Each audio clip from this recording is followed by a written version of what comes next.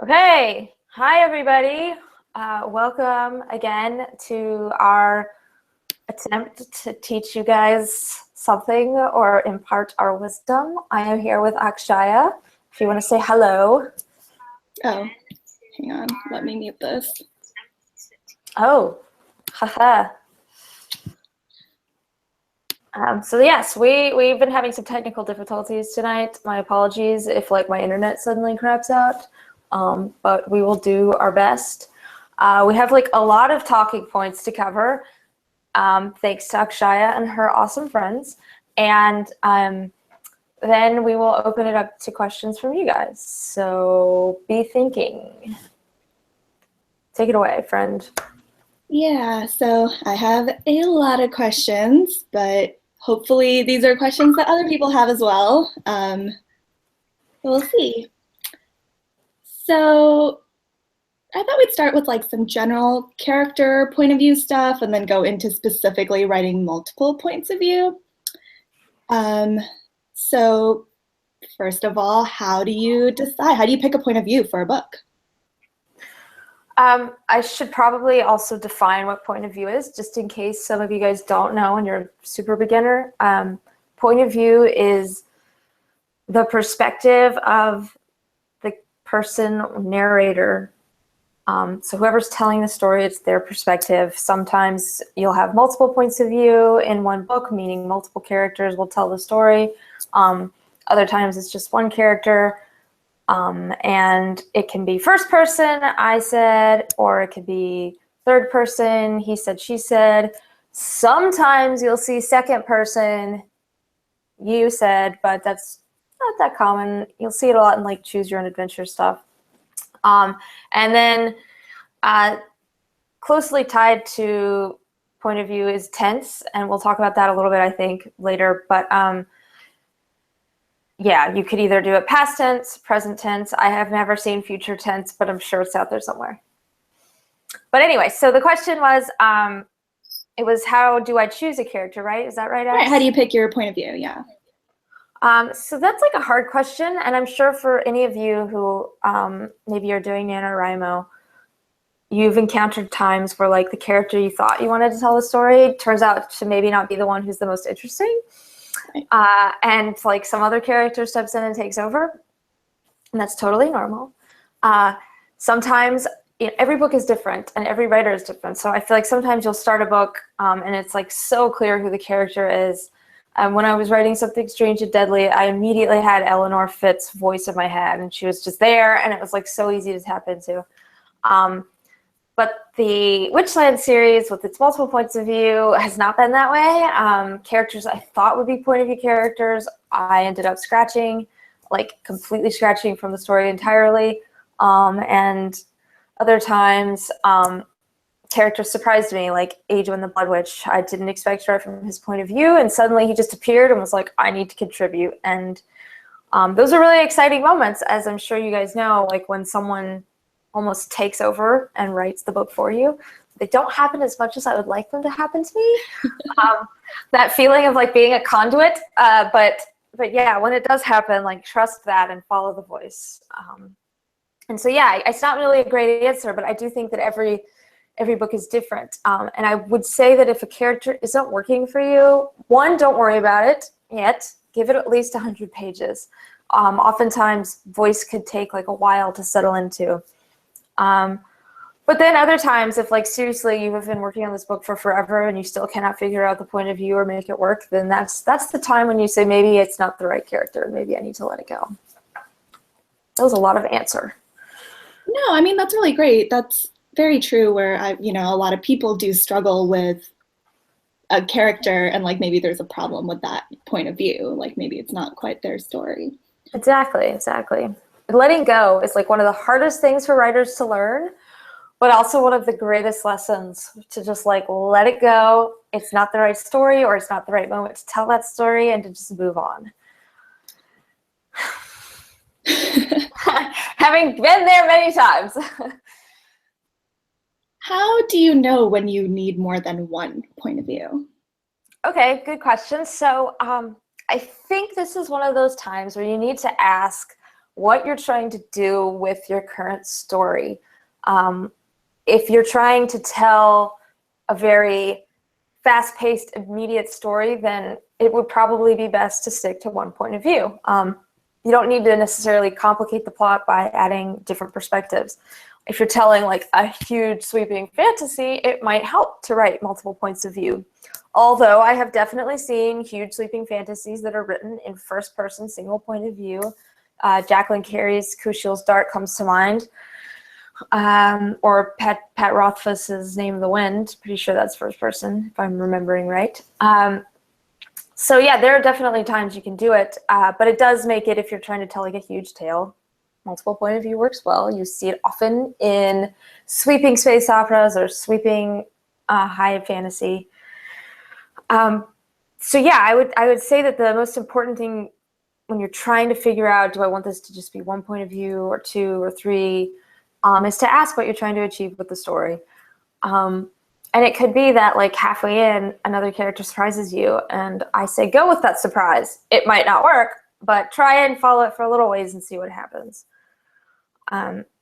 Yeah. And how does like deciding what point of view, like how does that fit into deciding like what tense you're going to use, like whether it's going to be like first present or like third? Right. So there was like this huge fad in YA for a while of first person present, and it's not necessarily a bad tense. First person present would be like, I run, I do the dishes.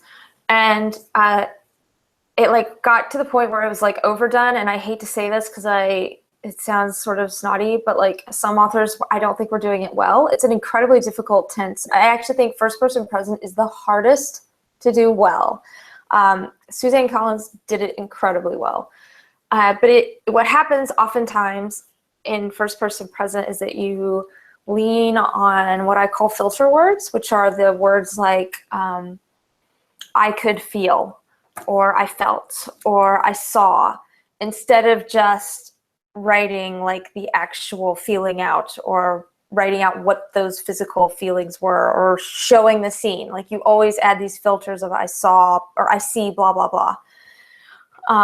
And so that ends up like putting in this weird distance between you and the reader that I personally don't like. But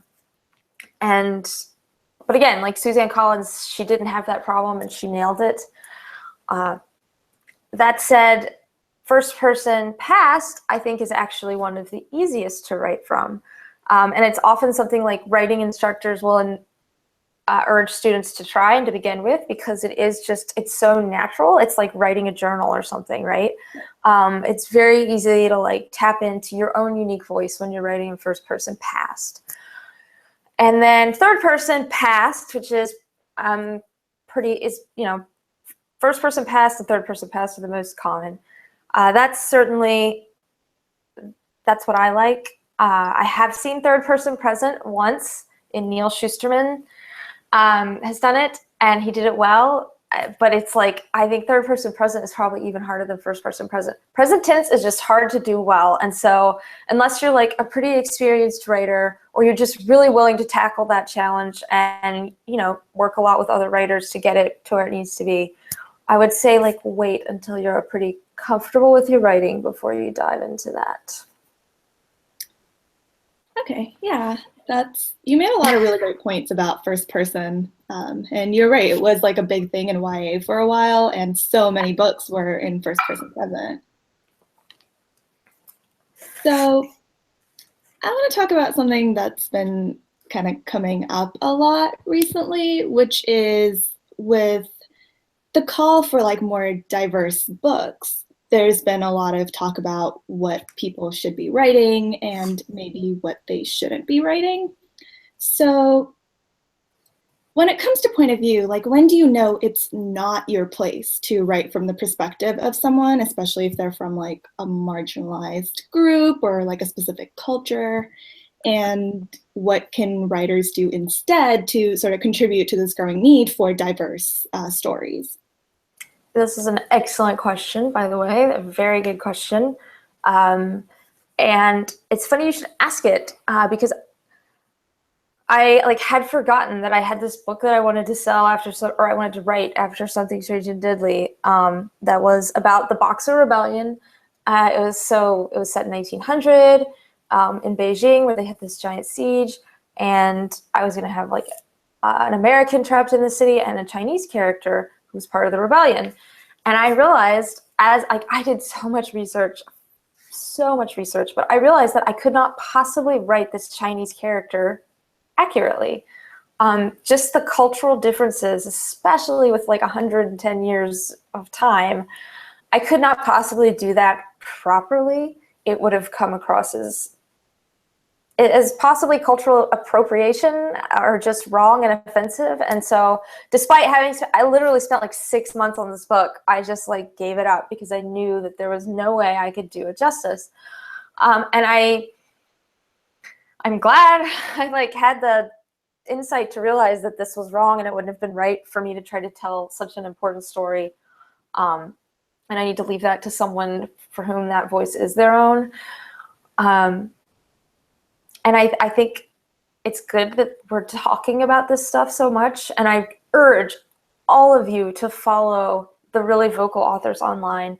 Start with the We Need Diverse Books Twitter and just like go from there. Justina Ireland is a good one. Heidi Heilig. They have so much worth saying about this. I don't want to say issue. I want to say this circumstance, this problem that has been festering in our literature, our TV, everything. And if you want to start learning, follow them, see what they have to say, listen. And additionally, I recently shared in my newsletter like a whole bunch of links to places where you can just kind of educate yourself, because I think that's the first step. And if you feel like you can't do something right, like I have a friend who's very worried about ableism in a cyborg story, and she doesn't want to get that wrong, and that's totally legitimate. And so she's probably right to step back or to find a different way to tell that story. But then at the same time, I also want to say that like getting something right shouldn't necessarily scare you off. It may be that like 6 months in of researching, you realize you're never going to be able to do it right. You've talked to people for whom this story might be very real, and they've maybe are warning you against it. Listen, it's okay to step back then. But then at the same time, if you do feel like you can do it justice and you've done your research and you've found sensitivity readers to help you, multiple, then I think it's really important that we try. I mean, not just try, but like try with all of our effort and our skills. If we can learn to write a book, then we can do this right. And I think that being afraid of getting it wrong is a terrible reason to avoid even like looking into it or researching. And and also like, here's the facts, guys. You're gonna get it wrong, okay? How wrong you get it and how many people you upset is really dependent on how well you research and how hard you work at it. But at the end of the day, like no matter what, someone out there isn't gonna represent or identify with what you do. But yeah, I figure like if I can like put my head into the like a Renaissance swordsman, then surely if I communicate enough with someone who's maybe disabled, then I can learn to connect with them and write their story as well. So yes, it takes a lot of research, guys, but it's so important now more than ever. Yeah, I mean, X, what do you have to say about it as a person of color in this country? I mean, I definitely agree with a lot of what you said. I think the most important thing is to remember, if you are stepping into the shoes of someone who you don't personally identify with, you want to make sure you like dig deep. You're not just picking certain things to use as like ornaments, and you're actually like digging deep into why it is you want to write from that specific group, not just, I want to include diversity in my book, so I'm just going to go out and find the first culture that looks cool, that has like a cool dress or has interesting food. Like, just look into why that cool dress is the way it is, like what's the history behind it and why the food is prepared the way that it is, and just sort of asking that extra question of why are you writing this? Absolutely, I totally agree. And also, like, what is the significance of it to that character and their culture? Um, I, if we can world build, like, why can't we do this? And yet we haven't. I mean, for so long, people have been getting it wrong. I won't pretend that I haven't messed it up. But no more excuses. No more excuses. Right. Okay, so kind of going off of that, let's talk a little bit about environments and upbringing and how that shape a character and how they see the world and make decisions. So like, how do you sort of do that? Like, how do you figure out how a character fits into, like, how your world building affects your character, especially your point of view character? This is an excellent question. And I should have opened with this disclaimer. Like, this is me. This is how I create fiction. Other authors do it totally differently. In fact, probably every other author out there has their own method. For me, especially with like world building and character, I like to write the book and see and discover along with them. Oftentimes, this results in problems where things don't work out or they feel wrong, and that's what revisions are for. And I think I actually talked about this at our last talk about how after my first draft or my first like real draft, I make like a world guide and I establish my rules, and then I go back and make sure everything adheres to those rules. And then for future sequels, I stick to those rules. Comes to like the character, of course, they're a product of their world. That is something that I don't know that I think about anymore, but I know that when I was first writing, I was thinking about it. Like when they go into a room, what do they notice? When you're working with a multiple point of view book, each character is going to notice something very different in a room. Safi, when she goes into a room, Safi from Truthwitch is probably going to be looking for the exits because she's the kind of person who can't sit still and wants to know what her options are. Assault, of course, is going to notice threads, people's emotions. That is literally the first thing she would notice. Ageman would probably look around and see like who is a threat to him. And yeah, so it's a matter of like who the character is, what they would notice, but then it's also a matter of the world. They go hand in hand. And I know that seems very daunting as I describe it. I'm like, I don't know how my brain does all of this simultaneously. But the more you do it, the better you get at it. And certainly the more you read, the more intuitive that kind of stuff becomes for you. So if you're trying to write fantasy, and yeah, the more intuitive that comes. If you're working in the real world, again, and you're working with perhaps a culture that is not your own, this is where you need to talk to people from that culture. I read a book, I will not name what it was, but it drove me crazy because this character was in France and they ate a grape. And they just ate the grape. And there was no seed in the grape. And if you eat a French grape, there are seeds in it. They don't have seedless grapes. That is an American thing. And it drove me crazy that tiny, and like this is one tiny little thing, right? But it bothered me that one little detail was missing. Like that when you eat a French grape, then you have a little chewy seed. And like, if that bothered me, guys, can you imagine how it must feel when someone doesn't get your own culture right? Okay, let's think about that. So just remember, like, that what your reality is going to be different from someone else's, and so therefore your character's reality too will be different. Yeah, I really like that like little thing. Like it's such a small thing, but like those are the things that like make a world or a culture feel so real. Yeah, and like, I mean, it's just little things that you don't even think about, which is why, again, like when you're dealing with other cultures, it's little things that you will never think about because it is not your culture. That is why I could not write that Chinese boy character, because it is just too vastly different for me to ever do properly. And that's okay. Okay, so I have a question about keeping like your own voice and like your character voice separate. So especially when it comes to like an unlikable character or like a problematic character. So like if a particular character seems problematic and is not you know, they have like misconceptions about like what they say or how they act. And sometimes like readers can see that as like, oh, this is how the author must feel about this particular thing. So how can you like separate out the two so that people know, okay, this is the character, not necessarily the author? That is a really good question.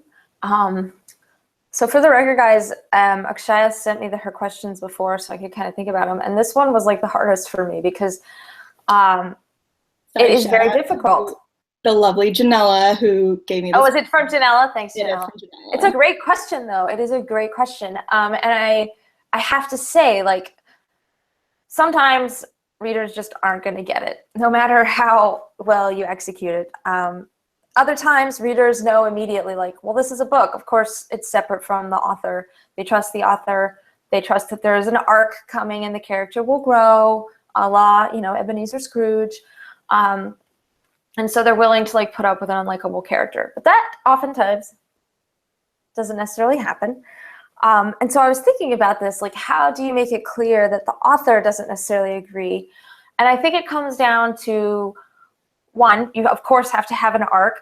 If the character, either they need to learn that this is wrong and they come out triumphant in the end, or they don't learn and there are like serious consequences, like they die. And so... So yeah, so you need to make it very clear that like this behavior or attitude is wrong and has consequences. But let's say they aren't even going to stick around that long to see if the character grows or does not grow. I think it's important to make it clear through your secondary characters and your world what the right attitude is. If the reader can sense that the character has horrible, let's say, prejudices, but they can sense from the world and other characters around them that that is not acceptable to them either, then the reader probably knows, like, okay, the author gets it, and this is clearly a source of tension that our main character is going to have to overcome.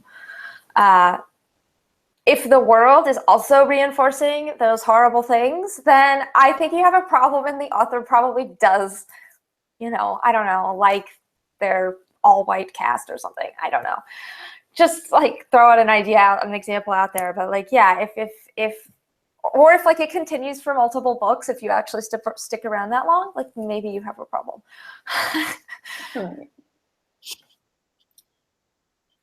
Yeah, I mean, that was a great answer. I think that's really valid to, you know, use like secondary characters to like call it out within the book itself. I hadn't thought about that. Like, I mean, obviously there are times where characters or readers think my character's unlikable, and like they are at times, certainly. They grow out of it. But I've never really had someone assume that those were my attitudes as well. So that was interesting because I've seen it with other authors. So yeah, it was an interesting question. Thank you, Janella. So now I kind of want to switch over to, I mean, this is still like the same stuff, except I would love to know how you handle the stuff with regards to multiple points of view. Yes, the old multiple points of view. I mean, I really love how you do it in Truthwitch and Winwitch, and all your characters are so distinct and unique, and that's really hard to do. Thank you. So when it comes to like character voice, there's usually like an initial like spark of a personality or like a line, or it's something that comes to mind that you're like, okay, that's the character. But like once you sort of have that initial spark of the character voice, what are things that you do to like deepen it? Right. Okay. So this is an interesting question, and actually is a good segue to something I wanted to talk about at some point. And that is the idea of deep point of view. This is something that I see people struggle with more than anything else. So all you writers out there, get your pens ready, take notes. Because deep point of view, especially when you're working with third person, but it applies to first person as well, it's incredibly difficult to do. And it's definitely one of those things that takes practice. And the more advanced the writer, the better they do it. This is my experience from critiquing people of all stages. But I have broken down what I consider to be the keys to getting deep point of view right. And I've come to this conclusion after like critiquing for so many people, and I find that I always leave the same comments. And that comment is, one, give me a visceral reaction here. So let's say, for example, our character is like standing on a ledge, okay? And it's like a cliff. It's like the Grand Canyon or something. And so, and you know, rather than just say like they're standing on the Grand Canyon and her heart pounded with fear, which is very much telling me, we're going to show it instead. And so the visceral reaction is first. The visceral reaction is like how the body reacts in that situation. And of course, you need to think about how you physically react in situations like that. If I was standing on a ledge of the Grand Canyon, I would be sick with fear. One, I'm afraid of heights, and so I would just be like, I would feel the vertigo of like having no control, like I'm gonna fall, like I'm gonna puke. It would be awful, a black hole in my chest. And so there's our visceral reaction, we write that. Now, the other thing I offer, or the second thing that I ask readers, and I leave comments in, or writers, I leave comments in their work, is now give me a thought. And what I mean by a thought is like a thought as if it's in your head. It doesn't matter if it's third person. You can still write it like it's a thought. So for example, I might be like, holy crap, that's a long way down. Or, oh my God, I'm gonna die, I'm gonna die, I'm gonna die. There's your thought. So let's say it would go something like, I could barely breathe. Oh my God, I'm gonna die, I'm gonna die. What an idiot I was. Why did I think I could do this? And now we finish with an action. Now I take a step forward, or I take a step sideways, or I do whatever I need to get off the ledge. So these are the three things that will help you deepen your point of view. You need to have your visceral reaction, a physical reaction in the body, a thought that is verbatim from their mind. Now, if you're working in third person, that doesn't mean you switch to first person and write it in italics, but you simply write it the same as if it was third person. So for example, she stood on the ledge, she could barely breathe. Holy crap, she was gonna die, she was gonna die. What an idiot she was for coming out here. And then she inched sideways. There's our action. Side note about deep point of view. That is amazing. I really like that. Was that helpful? No, I think that was so great, because I feel like these are things that you see people do all the time and you're like, oh my God, that's really cool. How did they do that? But to like sort of break it down in that way is really, really great. Yay, good. I thought about it really hard because again, I see this happen all the time. And it's like, it's hard. It's so hard. And I like catch myself not doing that when I'm, especially in first drafts, I tend to do a lot of telling.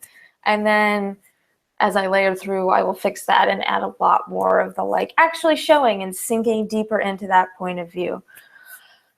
So anyway, back to how you differentiate voice. And this kind of segues into something else you had on your question list, Ax.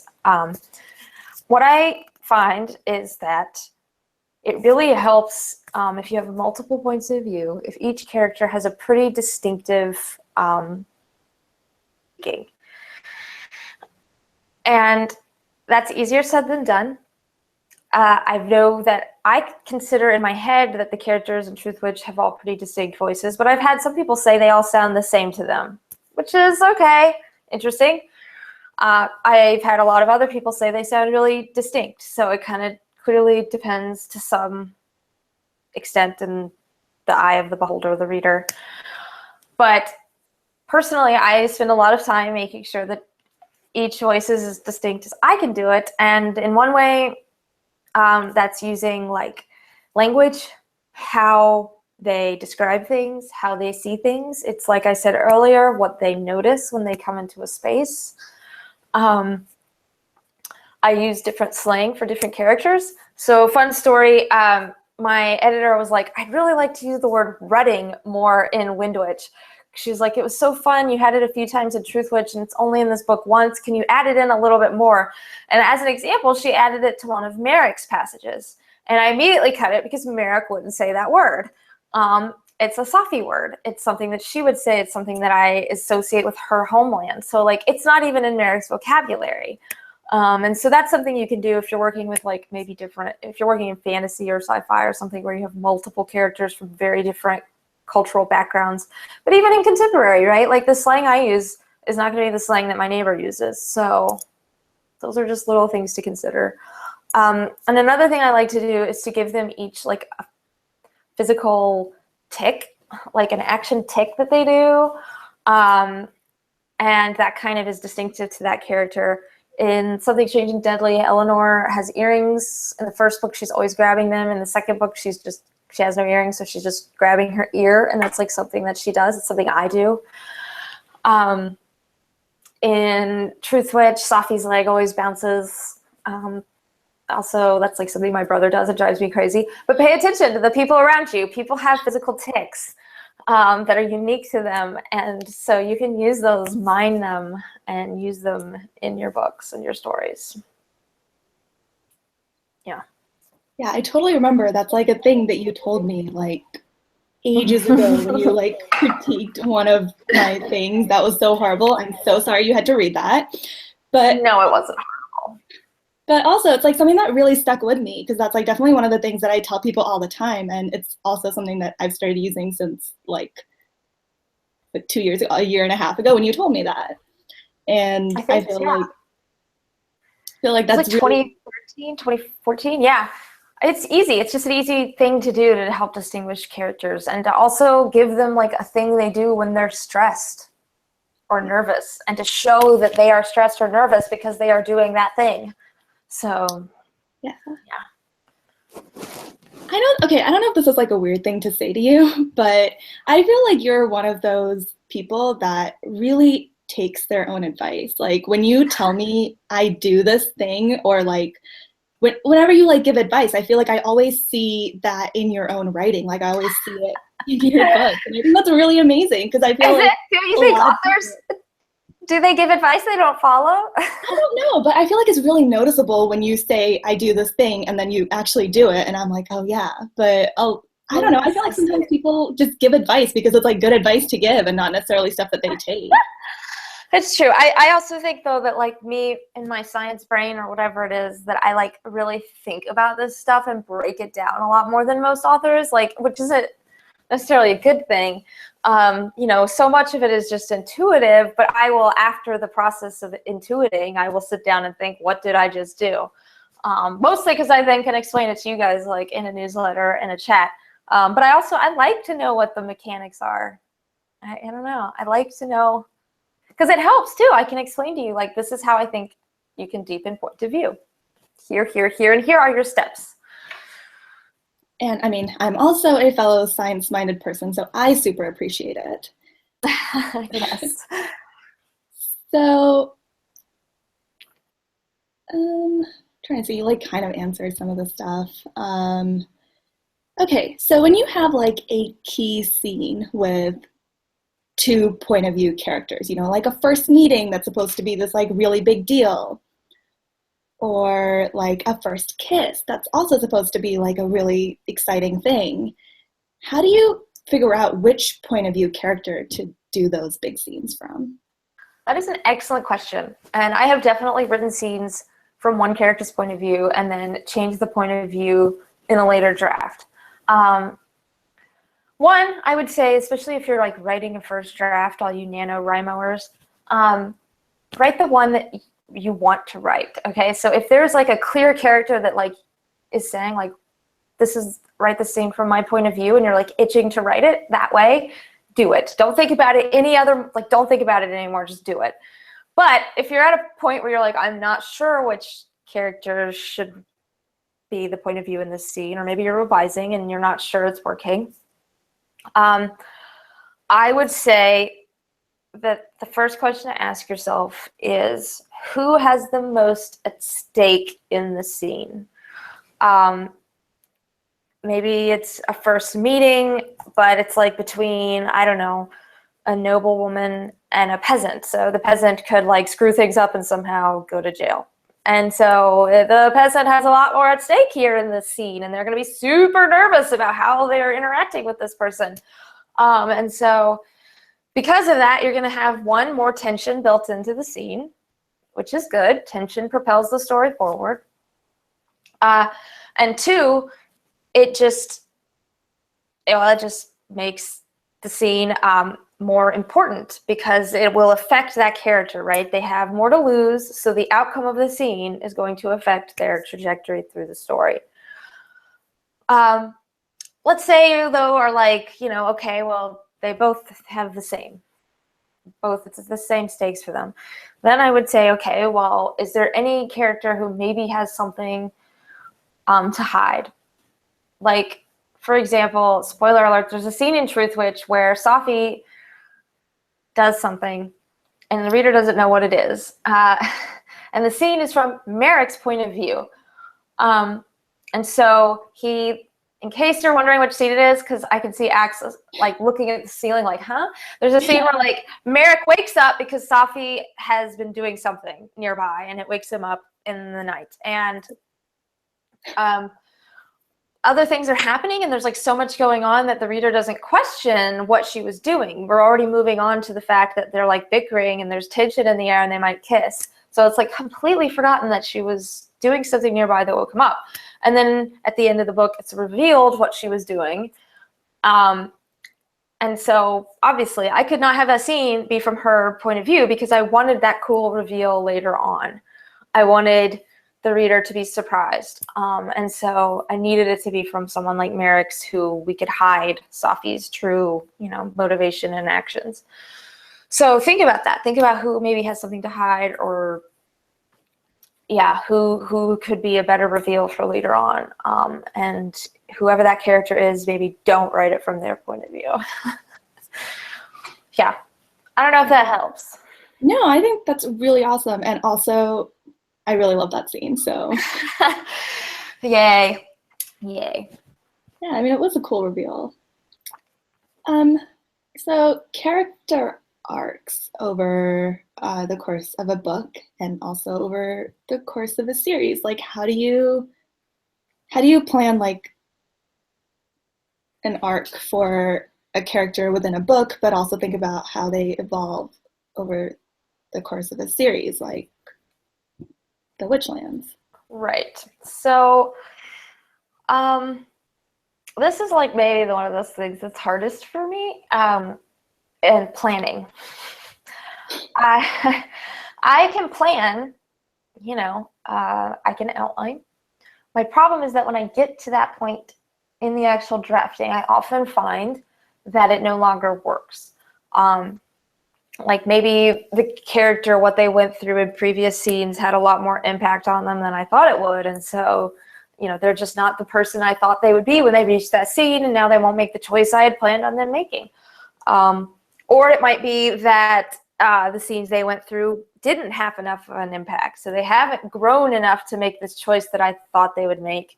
And this is actually what happened to me with Wind Witch. So I had planned all this stuff, right? I sold it as 4 books. And I had all these things planned. Like, they wouldn't have bought the series from me if I didn't have a clear plan.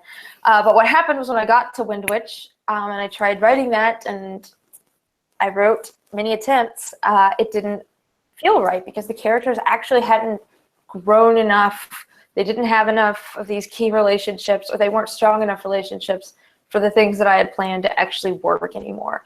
And I was like left floundering and writing myself in circles, and mostly because I didn't see that that was the problem. It's like only in hindsight that I can see that that was the problem. And so I'm imparting my wisdom to you guys, the wisdom that I wish I had had like 2 years ago. And that is that like sometimes the issue when a plot point isn't working or it just doesn't feel right, the issue is that the character either hasn't grown enough or they've grown past it.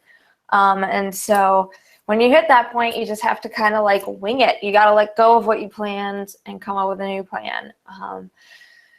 And I was on a panel with Brandon Sanderson at DragonCon this year, and he had like great advice. And he said that he found people who are plotters, who outline, struggle the most with character. Their characters come across as flat or inconsistent, which makes sense, right? If you're really sticking to an outline, then you're gonna meet those plot points and plow through instead of thinking about, would my character do this? Whereas people who pants tend to write like really authentic characters. They're great, but boy, the plot can end up sagging or just taking forever to get there, you know? And that's true. I was like, oh, brilliant. This is why you're Brandon Sanderson.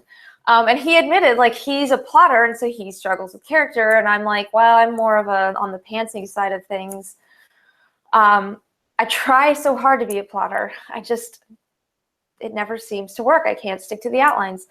But then again, I also need to outline a little, so I at least have a general, destination in mind as I am drafting. And so this is one of those things where, like, it's going to be so specific to you, and it could take you like a lot of attempts before you figure out what works. And also, every series is different. Every book is different. What works for you on this story might not work for you on the next one. So if you find that you wrote this story or it was like pulling teeth, maybe try a totally different method the next time. Plan really specifically. Or if planning doesn't work, maybe the next time try like winging it entirely. The key is to just, figure out what works for you. And also, I like can't emphasize enough just like trusting what feels right. It's such a hard thing to gauge, I know, but if you're a writer, then you're a creative, and creatives, I feel like we just feel things, we have so much emotion. And so just like trust that feeling. I was actually, one of my friends struggling yesterday, and she was like, hey, can you hop on for just a quick 15-minute chat? I need to work out something. I'm stuck. So I hopped on, and she was trying to redo this ending, and it just feels wrong. It feels wrong. And I know that feeling, and I'm sure if you guys have written much, you know that feeling where it feels wrong. It feels wrong. It's not that you're being lazy. You're at your computer every day, but it's not feeling right.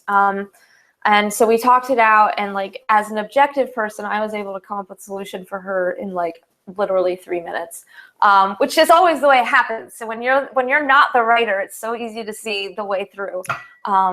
So yeah. That was like such a rambling answer, as are my books, I suppose. But yeah, planning ahead and planning like full series is not necessarily easy.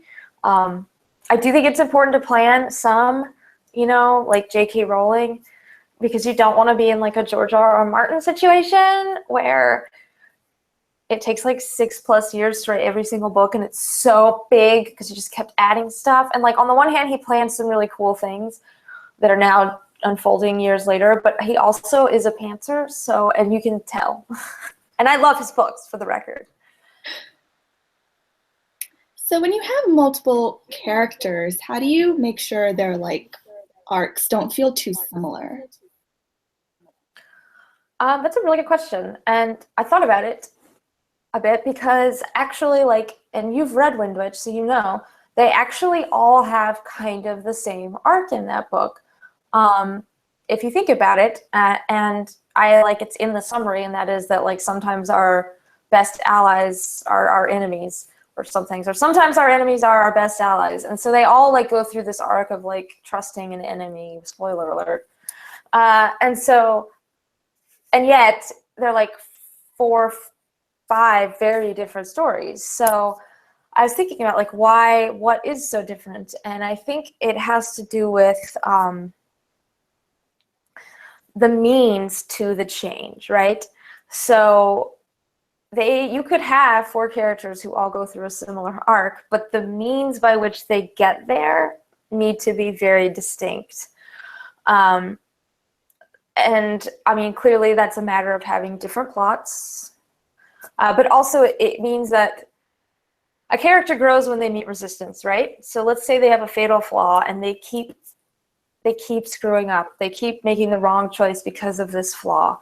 And so the means by which they learn to overcome that flaw needs to be different. And each character's flaws might be similar, but they are going to be distinct. And so the ways that they meet resistance and make their own choices are going to be different. But yeah, that's like it's very hard to do a big series with multiple points of view in which every character grows by the end. Sometimes I've seen in fantasy or sci-fi, like, you'll just have like a brief point of view character. They're just there for a scene. And they're obviously not like a main character. But I personally, like, I like it best when like every character goes through some kind of arc in every single book, which maybe is making it too hard for me. I don't know. What do you have any thoughts on that? Like, any books you've read? I Throwing don't you on the really know, spot. because I feel like this is something I struggle with as well, and I was hoping you would have a lot of things to say. But I mean, like, you know, I've heard people say, like, oh, when I wrote this book, this character is only in there for like 3 chapters, but I wanted to make those 3 chapters really complete and like have like a proper arc. And I feel like that's really hard to do, like, as a writer. Yeah, I don't know if I'm like there yet. I don't think I'm mastered enough to be able to write a full arc in like 3 scenes. I mean, it could be like a tiny arc, you know, where like they have a goal they achieve, but like to have like a full character transformation would be pretty tricky. Yeah, I mean, this is something that I'm struggling with too, like just with this big series, where I do want every character to have some kind of growth in each book.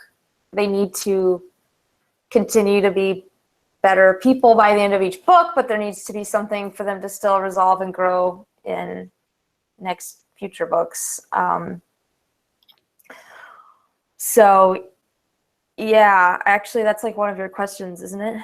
Yeah, I mean, I was going to ask you about the fact that you have like a character that's sort of your like title character for the Witchland. So like Truth Witch was Safi's book, and she has like I feel like you said this somewhere, that it's like the character who has like who grows the most or changes the most over the course of the book.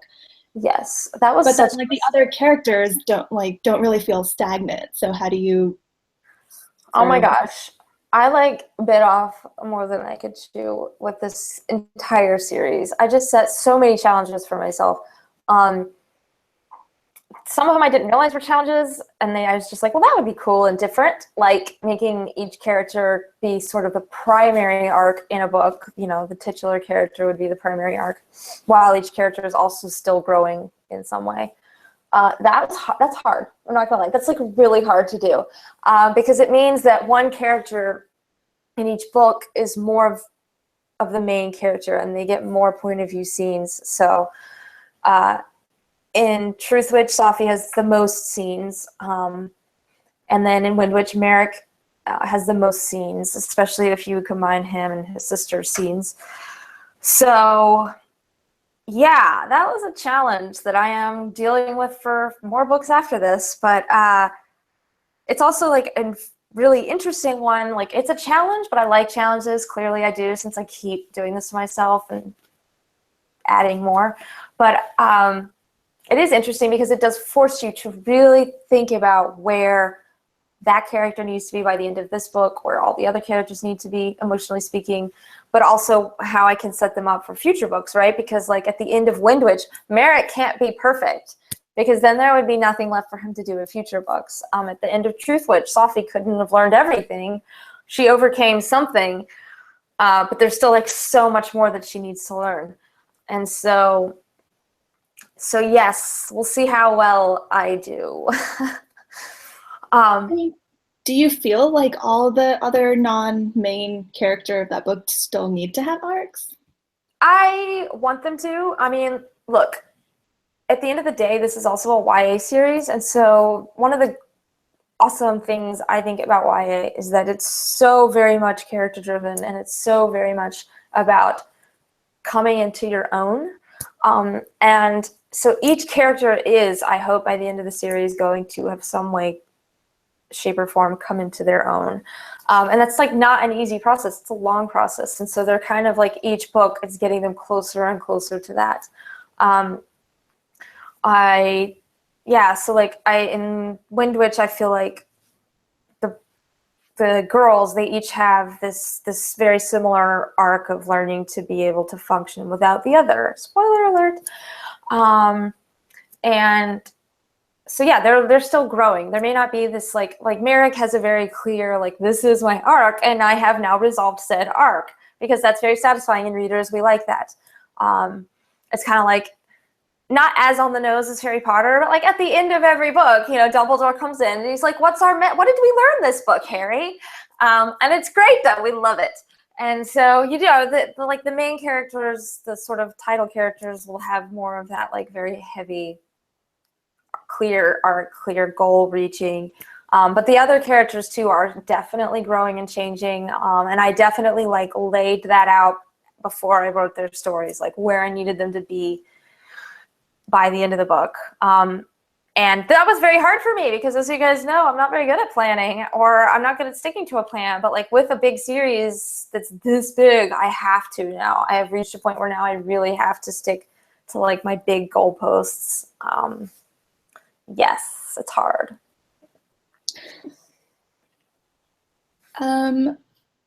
So how did you decide like which character was going to be like your main character for each book in the series? Well, I had a plan, and then Barnes & Noble wouldn't accept my titles, and so I had to change my plan. In case you guys didn't know, like Barnes & Noble has a whole lot of control about your titles and your covers. And under normal circumstances, like it wouldn't really matter if you have to change your title. It's like, okay, you change the title, whoop-de-doo. It doesn't necessarily change the story. But for me, because the title character is the main character kind of, not being able to use this one title like ruined everything I had planned. So literally this summer, my editor and I had to like lock ourselves in a room with a whiteboard and come up with an entirely new plan to meet what Barnes & Noble would allow. Isn't that crazy? Wow. Yeah. So yes, it all worked out. Like I feel like it was meant to be, because the new plan I feel a lot better about, and I think it'll be cool. But yeah, it was kind of like one of those shocks, like ice water being dropped on me. Like, what? I have to change everything? So yeah. Okay, so lots of external control in. Yeah, I mean, unfortunately, in this case, yeah. Thank you, Barnes & Noble. I do love Barnes & Noble. I appreciate them. Not to sound ungrateful. Them's the breaks. This is how the industry works. It just affected me more than it probably would most people's books.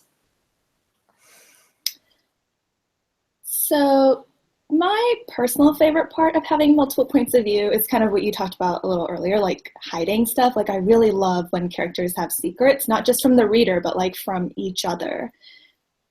So how do you keep track of like who knows what at like which point in the story? I wish I had like a really organized answer for this, and I should be. Like I know some authors who are so organized and they keep like spreadsheets of their scenes. And like if that works for you, do it. I try so hard to be organized and I fail every time. So I literally just keep track of it in my head. I will screw it up sometimes, in which case, like when I'm later reading a draft, I'll be like, wait, he doesn't know that yet, or something, and then I'll fix it. Or my editor or a CP, a critique partner, will read it and be like, how does she know that? So there are times I mess it up. My brain isn't that strong, but yeah, it's one of those things you do, or you can be organized and do like what you have on the wall behind you, X. I don't know. You can make a cool grid and color coding system of who knows what in each scene. It's very pretty to look at, but it still hasn't answered my problem. So ain't that how it always is? Do we have like mini chat questions coming in? I can't see the chat thing. Do you know? They're at the bottom of the thing. There are a few. I still don't know how to look at that, so I'll figure that out in a second. Here, no.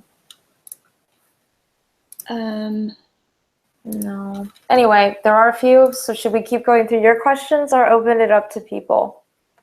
Here, why don't we do like one more and then we'll go over to some of the other questions? We can always go back to these if there aren't more questions. Oh yeah, for sure. Okay, so going back to the whole secret thing or like hiding things, I feel like it can be like a really great source of tension if the reader knows like this one character is like keeping a secret from another character. But but sometimes, you know, it goes on too long. There's like tension for some amount of time, but then it sometimes feels like it's being dragged out for too long. So how do you sort of strike that balance?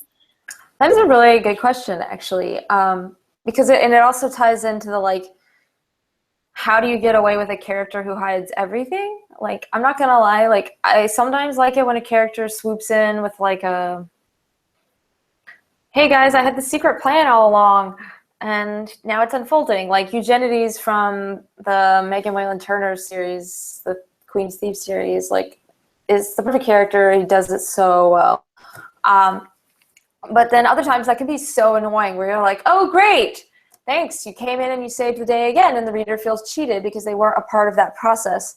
Um, and so that's like something where one, critique partners can be so helpful because they can give you maybe something objective that you can't see. Um, or they can say like, man, this is getting old. Like the reader, this character would have figured X out by now. Or a beta reader, or if you're lucky and you're published, and your editor. But yeah, I mean, sometimes it's just really hard to see that kind of stuff, and it's really helpful to have another reader say like, you know, a good conversation would just clear all this tension up. That's like one of those really annoying things is like if the characters would just talk, we would have no conflict whatsoever. So it's a false conflict. And so, yeah, it's good to have outside people maybe catch you on that kind of stuff. Because, like, I don't know that there's, like, necessarily one right answer. But Yeah, there is, yeah, go ahead. no, maybe you're right. Like maybe it is just like a personal pet peeve too, because I feel like that bothers me a lot, but not necessarily some of my friends who Right, don't necessarily like mind that this has been like a source of like tension for an entire book or something like that. right, right. Um, yes, totally. It definitely can be a personal thing for sure. And also, yeah, it could just be a matter of, like, how well you're pulling it off. And a critique partner might be able to help you pull it off better. Okay, so some questions from the chat. Does the point of view always have to be the main character? Oh, this is a good question. And the answer is no, it does not. You could, for example, as we said earlier, have a character that just slips in for a few scenes to give an interesting perspective. Um, or, well, for example, you'll see this a lot in like murder mysteries where like the opening scene is from the point of view of the murderer or the point of view of the soon-to-be deceased murder victim. And obviously that person is not the main character. So it's just like a scene from their point of view. Other times you will see, and you see it again a lot in mysteries, a situation where the main character is not the narrator. So you have Watson who narrates, but Sherlock Holmes is the main character. Or you have, oh my gosh, I'm blanking on his name. The guy in Hercule Poirot, Agatha Christie. Hercule Poirot is the main character, but his friend, whose name I'm blanking on, and I'm really ashamed because I love Agatha Christie, he narrates. Hastings narrates. And so, yeah, you see that a lot where like maybe the main character is almost like larger than life, and to be in their head would, one, be too revealing because you would possibly know them, they would solve the mystery, whereas we don't want the reader to solve the mystery until later in the book. Because we, especially in cozy mysteries, you have to have that one scene where everyone's in the same room and now we reveal the murderer. And so that wouldn't work if you're in the detective's head. And other times too, if the character is like maybe super abrasive or just like very hard to like, a la Sherlock on the BBC edition, you wouldn't want to be in his head. It's a much easier person to digest and admire when you're like watching them. So yes, you can definitely do that. And in fact, it's like a really fun thing to play with. So going back to what you were saying about first person present, I think this question is asking about like avoiding those filler words. So instead of saying like I saw, like how would you work around it so that it feels more like fully Right. So instead of saying I saw the train reach the station, you would say the train reached the station. So sometimes you do want filter words. Sometimes like it just adds a nice narrative rhythm, or maybe it's important. Like if you're, I don't know, pressed up against a corner and you're trying to look around the ledge, you would want to say, I could only see, etc. You know, you're limited. So saying I could see whatever indicates the situation of the scene. But most of the time, anytime you have something like, you know, he could see the cop lights across the street, you would just say like the cop lights flashed across the street. And that feels, one, much more immediate, and two, it's showing the scene, and it's like literally just showing the reader what's happening. And we know that the narrator can see it because the narrator is the one telling the story, and they just told you that it's there, so they clearly can see it. Does that make sense? How do you know when to give up an idea? That's like the worst question ever because I know that feeling so well. Sometimes ideas, simply, it's not the right time to tell them.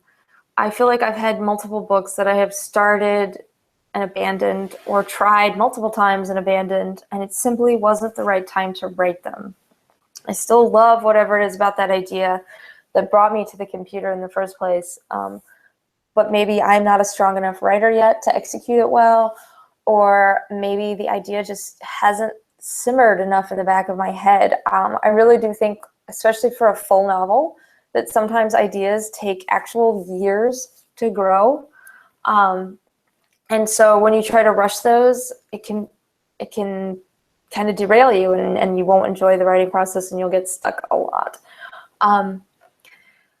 And so I would say, one, how long have you been working on this idea?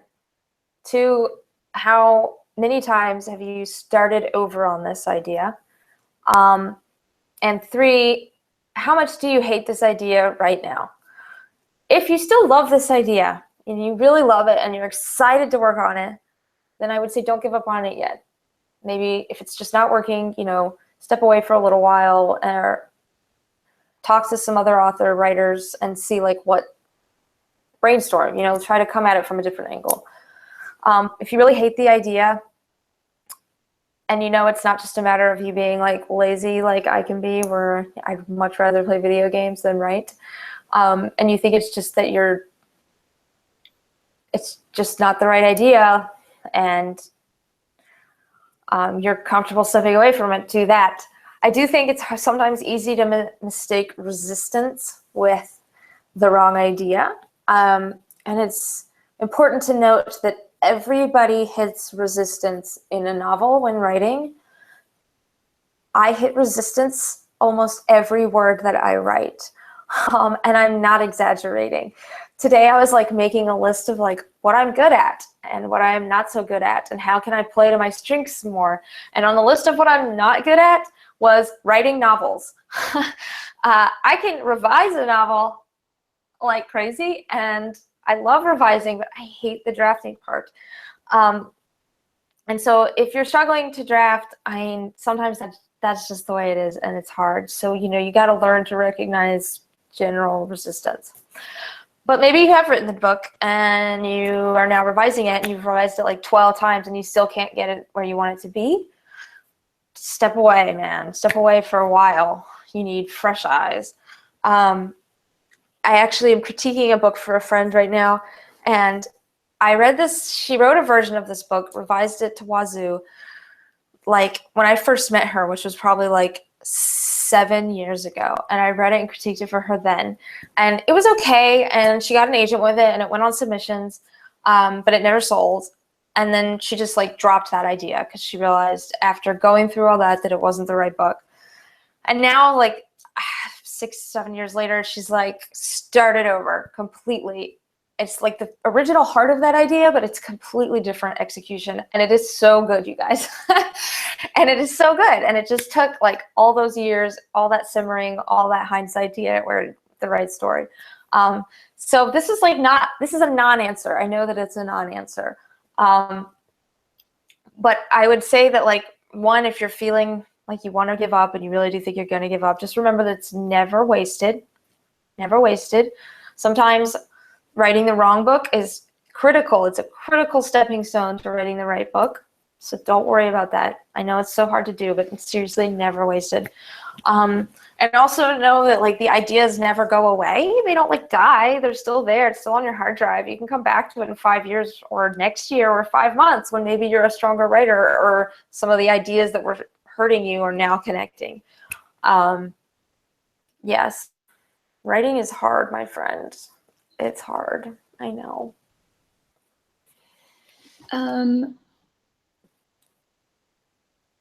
Okay, so is there a limit for the number of point of view characters you can have? Some people say that you shouldn't have more than 2 points of view in like first person, or I mean, what are your thoughts on like putting restrictions on my thoughts. So audience, of course, matters. YA, it's a lot harder to do giant, sweeping, multiple point of view books. It's not impossible by any means, but I will just tell you right now that readers can be very resistant to that, which makes sense. It tends to be a younger audience. They're used to single point of view or maybe 2 point of view, and so when you throw in like 12, they can get impatient or not enjoy, and that's totally legitimate. You see it all the time in adult fantasy. I don't think George R.R. Martin even knows how many point of view characters he has at this point, but it is more than I've ever seen in any series in my life, and it totally works for his series. When it comes to first person, it's interesting that the example was 2. I have never seen more than 2. That doesn't mean it wouldn't work. It would just...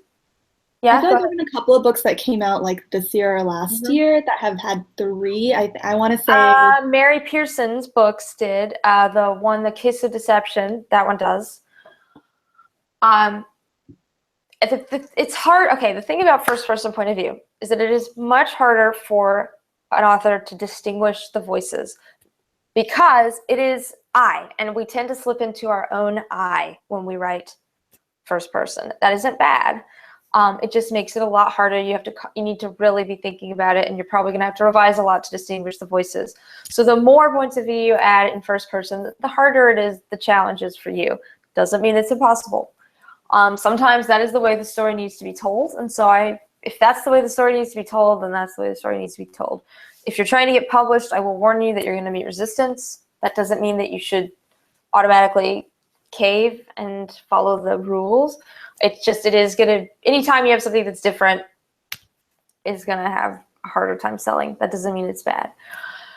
Yeah, but there's no hard and fast rule. I think you tend to see more dual point of view first person, more often than that, dual point of view third person.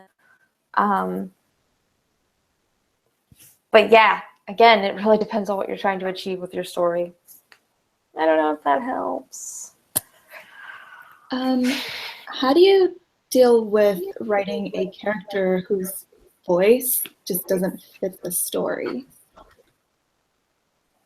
That is an interesting question. I've had characters that I wrote that I really wanted to make work because I liked the characters so much, but I simply couldn't make it. I wrote them over and over and over again, wrote the draft over and over again, and finally on draft like 12 realized that this character just didn't belong in the story, and I was going to have to say goodbye to my darling. Same question is what you're asking here. And it's hard to know without seeing the project, like what about the voice doesn't work in the world. The voice doesn't work in the world, then I would say you've probably got the wrong main character or the wrong world. And so maybe look at why that's happening. If if that's not happening though, then maybe it does fit and you need somebody else to read it for you and tell you, yes, it does fit. I mean, you can have a character whose voice is like incredibly unique and strong and maybe very at odds with the world, but that doesn't necessarily make it the wrong one. In fact, it could be a really unique point of view. So I don't know if that helps. I would definitely ask like a trusted friend or something to read a chapter or two and maybe tell you what they think.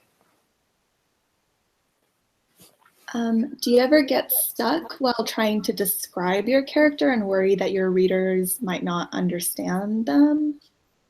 Interesting. I mean, look, when I draft, I like don't describe anything and there's like no setting whatsoever. And then when I revise, which is when the magic happens for me anyway, I will like layer in all that stuff and just layer it in and then layer in more and then layer in more. I mean, the thing about drafting for me is that I'm not thinking about that. I'm just thinking about the actions of the scene. And it's only when I go back through and revise that I realize like what's missing. So if you're not describing right now, I wouldn't worry about that, especially if you're NaNoWriMoing it up. You can always revise that stuff in later. As for fear that the character won't be understood, I'm not quite sure that describing goes along with that, because to me, description implies like physical characteristics. And understanding the character has a lot more to do with like personality and choices on the page. So yeah, maybe I misunderstood the question. Whoever asked that, if you want to like clarify, please do. We'll try to tackle it again. How do you like pick your names? Oh my gosh, names. Names like drive people crazy. I know some people, especially in fantasy, will just like make up names, whatever they think sounds cool. And to some extent, I think that works. But to harken back to our world building chat, you need to have rules in place for each culture. Just going to throw that out there. You don't have to be a linguistics expert, but you can make up some rules for the language and the cultural names and stick to them. Because my empires are so very loosely geographically based on some real places, I decided to use those linguistic places to help be the roots of my languages in Truthwitch. So that helped. Also, George R. R. Martin had some great advice where he was like, just take a name that people know that's familiar and change it slightly. So, for example, Eddard Stark. Eddard is like Edward. Mm-hmm. It's like familiar enough that you don't find it strange and you could probably maybe remember it, but it's also slightly different. So I definitely do that advice as well. So where I'm like, Sophia is like basically Sophia. If you're dealing with a modern day character, it's not like a made up thing. Don't worry too much about names. Like I have written whole books with the character named something, and then I've just gone through and completely changed the name to something else. I think we get really hung up on names, and sometimes one name will totally click and be perfect. And then other times, you've got this great idea, you want to write it, but the one thing holding you back is that you don't have the perfect name. So just don't worry about that. If you have to fill in, like, use asterisks as their name and add something later. You can get all to and look up, like, baby name meanings, and you can do whatever you want. Yeah, maybe that helps. Yeah, Isolt had a different name for a lot of it, right? Isolt had she went through 3 different names because my editor didn't like them, which is fine. She was justified in her reasons for not liking them, and honestly, the name that we ended up with, Isolt, was perfect. Like, I can't imagine there was anything else now. And it's like, it even fit into the linguistics that I had made up for her tribe, and so it was perfect. And it means Ice Queen. And so I was like, well, that also fits, because if anyone's an Ice Queen, she is. So yeah, I mean, sometimes I didn't just write the book. I wrote the book, revised it like 100 times, and still changed the name multiple times. So you can do it. Have you ever disliked a character that you've created? Interesting. I mean,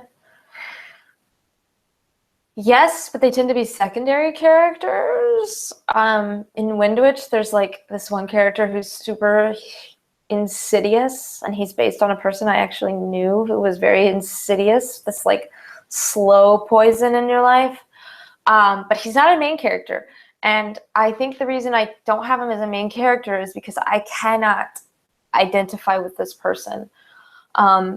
And I do have someone who's kind of a villain who is a point of view character in this book, but at the end of the day, I can identify with her. She has something about her that I understand, I sympathize with, and it makes her relatable. So even if like she makes really bad choices that I don't approve of, like I get her.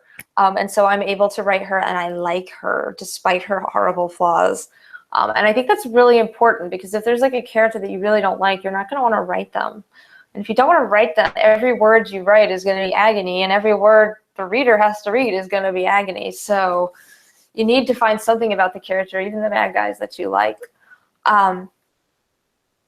J.K. Rowling probably, there was something about Tom Riddle / He Who Shall Not Be Named that she loved because he like came to life for me, especially in Half-Blood Prince. And yeah, and anytime I think about that, I'm like, there's something about him that even though he's terrible, like I could feel this like little spark of sympathy for his character, and that's incredible. That's exactly what you want in a good villain.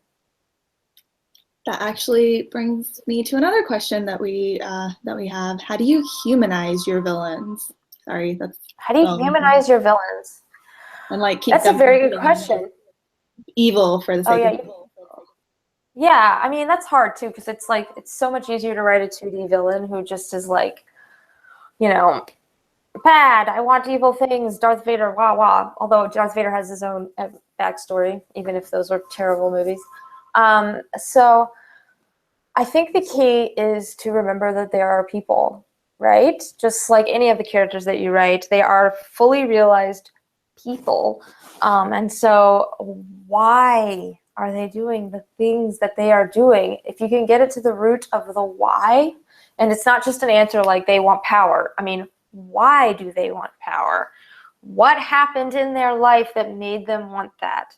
If you can really dig deep, I mean, go early in their life and figure that stuff out, then, I mean, like literally J.K. Rowling shows us what happened to Tom Riddle to make him Voldemort, and it's awesome. And because you can totally see, you're like, oh yes, this is how a monster is born, and we sympathize with it. Maybe we don't, obviously don't approve, but we do kind of understand. And so you don't have to be as on the nose as she was, showing every single step, but you should know, like you should know all those different steps that created the villain that exists today. Yeah, that's how you humanize them. Remember that they are human. This is a question that's in bold because apparently it's from everyone. Okay. What were the original titles of your books? Oh, for like Truthwitch, I assume, like the Witchlands? Oh my gosh. I don't know if I'm allowed to say this yet because I can tell you the original titles, but we're like announcing this officially in December. But I will tell you that the original titles for the Witchlands were Truthwitch, Windwitch, Threadwitch, Bloodwitch. But Barnes & Noble would not accept the title Threadwitch. So, and I can never use that title. So I will tell you that everything has changed, but it's all for the better. And I'm very excited with what the new titles are, and we will announce that in like December. So be ready. When one of your point of view characters has a secret, how do you drop hints about it without being like obvious? Like, hey, I have a secret. This is a very good question. Oh my gosh, excellent question. And it's like not an easy thing to do. It's definitely something that I think is key in revisions to like layer those little hints in. And I also think it's one of those where it's very hard for you to see. So you need a critique partner or a beta reader to help you make sure that you did it well. And it's not too obvious. And it's not also too subtle. You know, like you want the reader to be able to reach the end when some sort of secret is revealed and be like, oh, I see it now.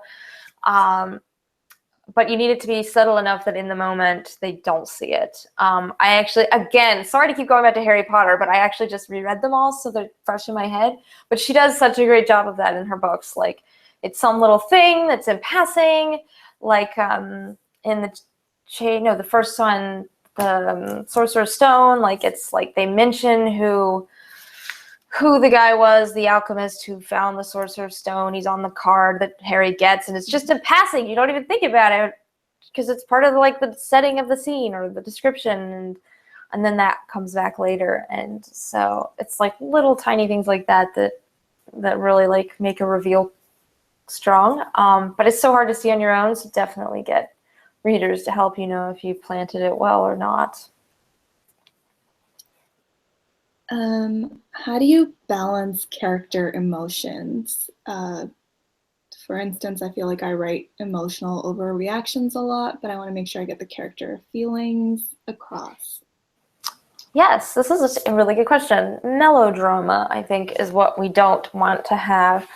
I mean, sometimes melodrama works. Like, I love TV melodrama sometimes, but I mean, it is easy to go too far in books. And I'm like one of those people who really doesn't like the I don't know, super epic war speech, you know? It's like, enough Aragorn. Okay, guys, let's just go out and kill the orcs. But some people love that stuff, so that's totally legitimate. This is hard. I think oftentimes less is more. You don't need to like give 4 descriptions of an emotion when one will do. One really strong one will do. But again, I would say follow that deep point of view formula, you know, give us our visceral reaction. Let's say a character is grieving. Give us the visceral reaction of what that feels like a black hole in their stomach. And then the thoughts of like, I don't know, whatever stage of grief they're in, denial. He couldn't accept that she was dead. Impossible. She couldn't be dead. He'd just seen her yesterday.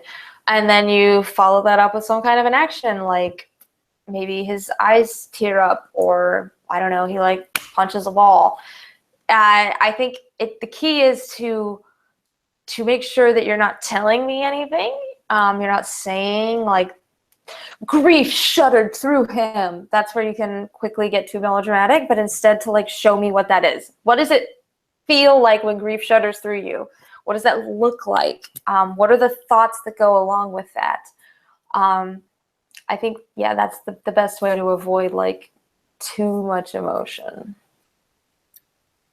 Yeah, and actually this is something that I was talking to a critique partner about literally this morning, and I also feel like with emotions it can be like having too many, like, or having, yes, like in like one scene, like, you know, you want to highlight the certain things in that particular scene and then sort of move on to other things and then come back to emotion. Like having too many in a row just makes them all feel kind of inconsequential.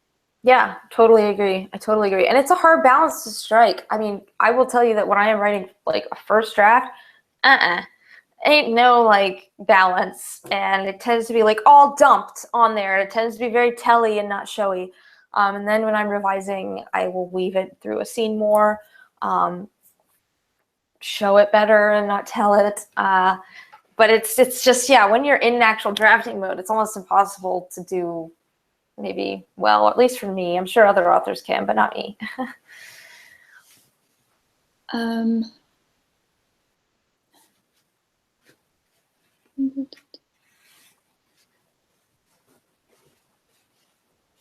When a character comes to your mind, what part of that character do you first start building?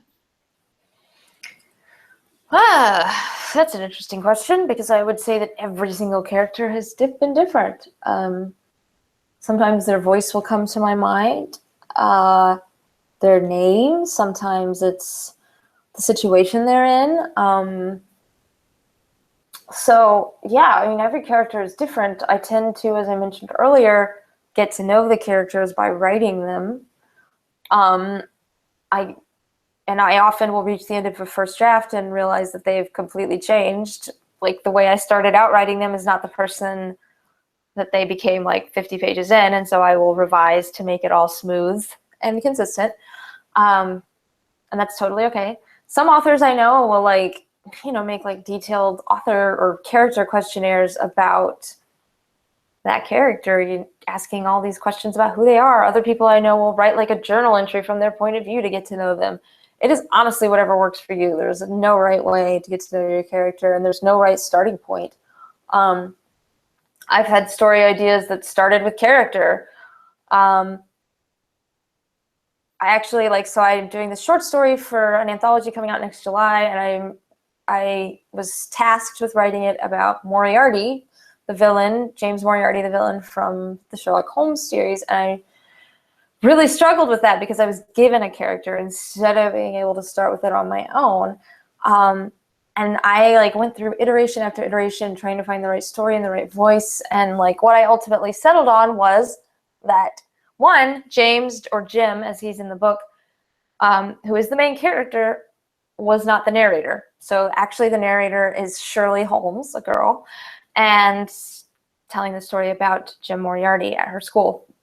But I wrote in circles, for literally, I spent more time on this short story than I should have. It was at least a month for a 25-page short story.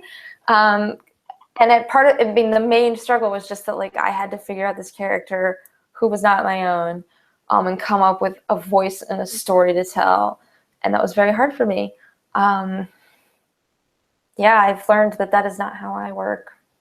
I mean, short stories are also harder in so many ways because you have to do so much in so little.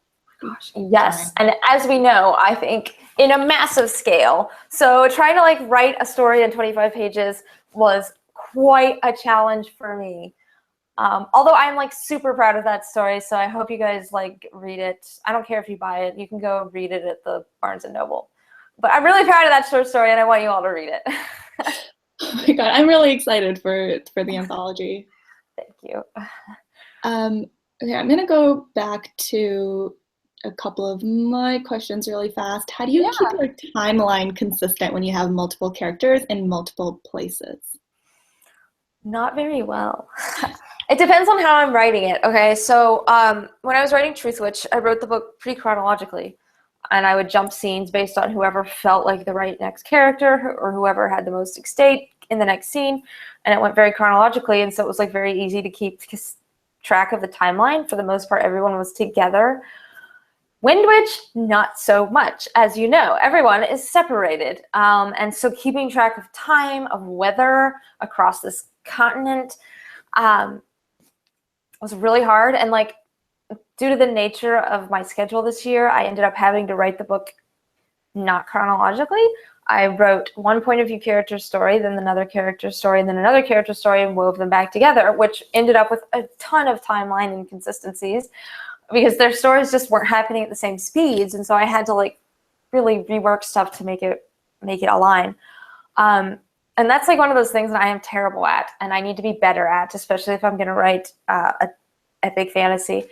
I know Rachel Aaron, who is a fantasy author. She has amazing writing advice on her blog. She has this whole thing about how to keep track of your timeline. So I'm just going to say, look up Rachel Aaron, Aaron, her blog, and you can read about keeping track of a timeline in a far more organized way than I do it. And okay, so kind of talking about that. So when you split up your chapters have multiple scenes, and those scenes are sometimes from different point of view characters. So why did you decide to write Truthwitch that way? Why not just switch chapters every time you switched a point of view? I mean, one, that would have been a lot of chapters. Some authors do that, and that's totally okay. I write very short scenes. My scenes are only about 5 pages on average, and my chapters are 10 to 15 pages. So they're really not that long, and that's kind of partly why I condensed them together. Another reason is that I want to end chapters. I want each chapter to feel kind of like a unit of accomplishment. So, we might see 2 different characters, but the amount that I feel like they've achieved feels satisfying. And so if a reader needs to put the book down to go to sleep, it's a good stopping point. which I'm sure most authors don't look at it that way. They don't want you to stop reading, but I like to think of it like as a good like little rest between scenes. I also do like to end on high notes. I definitely end each scene on like, not always, but like oftentimes the character is in peril, and then I switch points of view, so you want to come back. But yeah, I don't know that there's like any right way to do that. It's a matter of like how long you like your chapters. I have a friend who I know in her previous books got some criticism about her chapters being too long. So now she's like super hyper aware of how long her chapters are and trying to make them shorter and smaller, bite size. Because sometimes that is what we want, right? We just want to read a few chapters and go to bed. We're not like able to binge read a book or something. So it really just depends on you and what you want. I feel like I've told you this like a million times, but I really, really love how you pace your books. And when you're switching points of view, like how does that play into your pacing? And not necessarily just in a positive way, like are there ways that you've stuck with a character too long and realized, oh, okay, maybe that's not quite working, or like I've switched too many times, people kind of forgot where that other character was. Right. I mean, like I said, like with Windwitch, the nature of the book being written not chronologically, it's meant, my mother's calling, decline. I, I, I definitely had times where like I was maybe in one character's head too long, and so I would be able to see like that's dragging. I could feel that it was dragging, and so let's jump. Or my editor would point that out, or I could hear. I mean, that's like sometimes super hard to spot on your own, and this is again where you need other writers in your life to help give you some objectivity to your writing. But I mean, I think it just depends on what's happening with that character. There are definitely times where it's like, okay, I mean, because it's a multi-point of view book, I know that anytime I've been with one character for more than like 2 scenes or maybe 3, it's probably been too long and it's time to jump. So yeah, that's like not a very good answer. It's not very scientific. I do think it's just something, like I work in Scrivener. I highly recommend Scrivener to everybody. And I have each point of view of a scene. So the thing about Scrivener is that you can have each scene sort of in a sidebar, and you can easily drag and drop scenes and rearrange the order, which is great for revising.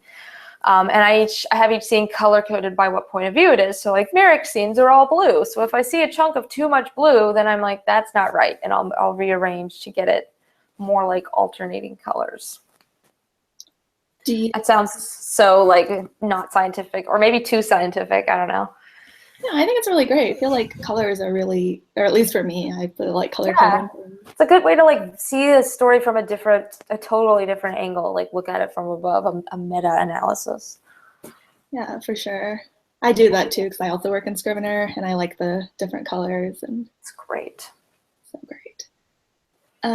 Do you consciously try to balance, like, so you said you have like more scenes devoted to Safi in a book, but what about the rest of the characters? You try to consciously balance how many scenes that you have, or is it more like organic? Yeah, I do actually. So in Truthwitch, Safi has the bulk of the scenes. The next with the most is Assault, then Merrick, then Agewen. In book 2, Merrick has the most, and then Safi and Assault have about the same. I mean, Assault and Agewen are together, so their scenes kind of combined equal maybe like 5 or 6 scenes more than Safi. So it's a very balanced amount of those 2 story threads. But Merrick's is still the bulk. And then his sister is also in there. And she has the fewest point of view scenes, but hers is also a part of Merrick's, if that makes sense. And I tried to like, it's so, maybe it doesn't sound very creative of me, but I did try to keep it like exactly the same number of scenes that Safi has in Truthwitch, Merrick has in Windwitch. So like, it does feel like that he's kind of the main story. And like ultimately everyone else's stories feed back into his in this very kind of way. I don't know how to explain this, but yes, you'll see when you read it. And like sort of going off of that, how do you figure out how much time to devote? And not just in terms of like the scenes, or well, I mean, I guess kind of the scenes. Like, how did you decide? Okay, like Adoin's gonna have like the smallest number of scenes. Was it just that like what worked for the story? I mean, in book one, like Adrian's character, obviously he didn't even come in until like the 100 and something page mark. Um, and his character at that point had the most to hide in some ways, and so I wanted him to be the most like an unknown, so therefore he couldn't have as many scenes as everyone else. In the second book, we're really getting to know him a bit more, even though he still is he doesn't know himself. So, Adoin. yay, good reaction. So yeah, he and the Sults are pretty evenly matched. She might have more than him in the end, just because she is ultimately more of a critical character. She and Safi both. But yeah, I mean, the balance of it is really dependent on who's got the most important story and the most at stake in that book. It's Merrick in this book, so he has the bulk. Yeah, I don't know if that answered the question, but I mean, balancing that stuff out, like that's where you really dig in revisions, making sure everything feels balanced and right, and also figuring out like whose story is this? Is it all of them? Are they all equal? In that case, they should all have the same number of scenes, or almost. Yeah. We have like 20 minutes left. Do we have like any other questions from people, or do we want to continue with these? Because I don't mind with these. These are good questions. I think, well, let's jump back to the other questions. Some of these, I'm not quite sure what they're asking.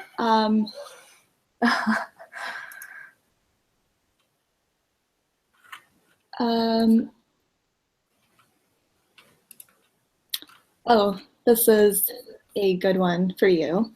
Okay. How do you shut off the voice in your head that says what you're writing is bad while you're writing? Oh my gosh. If I knew how to turn off that voice, I would turn off that voice. I don't know how to turn off that voice. I think there are good days and there are bad days for everyone. There are some days where the words really do flow a bit more. I find that most days that is not the case. They very rarely flow for me. I would say that it helps to set like sprints and things like that, to like set little goals. Like, I'm not going to check my phone. I'm not going to talk to anyone. I'm setting a timer for 30 minutes. I'm going to see how much I get done. Those kinds of things, when you feel this like ticking clock, like do help you turn off the inner editor, because you feel sort of rushed and you're in this state of focus to try and meet a very specific, very short-term goal. That can help a lot. Especially, and if you're doing NaNoWriMo, like people are sprinting all day long, so you can find them on Twitter. But yeah, I look, being creative is like really hard. And I'm not sure that critical voice in your head ever goes away. No matter how many like accolades you might get or awards you might win or fans you have, like you're always going to have that voice that's like, you suck. Why are you doing this? This is the worst thing ever. This is a piece of crap. Give up now. And all I can say is that you have to want it more than that voice wants you to quit. And if you don't want it more than that voice wants you to quit, then you're probably not going to stick with it, because the voice will win. So you got to like really want it. You got to want to finish this book. You got to want to you got to want to get published, or whatever it is that your ultimate goal is with writing. And you just got to want it so bad that the voice doesn't win. And if it helps, like, I don't know, put up some like vision boards around your writing space of like, I don't know, a New York Times list, or a finished book, or a fake cover for your own future book. Whatever it is that like helps you keep your eye on the prize, so that you remember why you're doing this. Because if you can remember why you're doing this and why it matters to you, then that can help at least quiet the voice long enough to push past it for like an hour. It'll come back, but it does help. It does help. Um, oh my God. Apparently your hair looks great. What kind of conditioner do you use? Thank you. I did shower today for you guys, but I did not blow dry my hair and I did not use conditioner. So I just let it air dry. It's really thin and kind of staticky. But hey, thanks for the camera. It must hide that. Um, I use like the L'Oreal sulfate-free shampoo. There you go. Are there any types of scene you enjoy writing the most? I mean, I really like tension scenes. I don't actually really like kiss scenes can be fun, but I don't actually love them nearly as much as I like the when are they gonna kiss scenes. The like scenes where you're shipping someone so hard. Like those are my favorite to read. Those are my favorite to play in a video game. Those are my favorite to watch in TV. Those scenes where you're just like, oh, I want them together so much, but you don't know if it's gonna happen ever or when it will happen. And so I love like scenes like that. And I probably write too many of them, but you're welcome.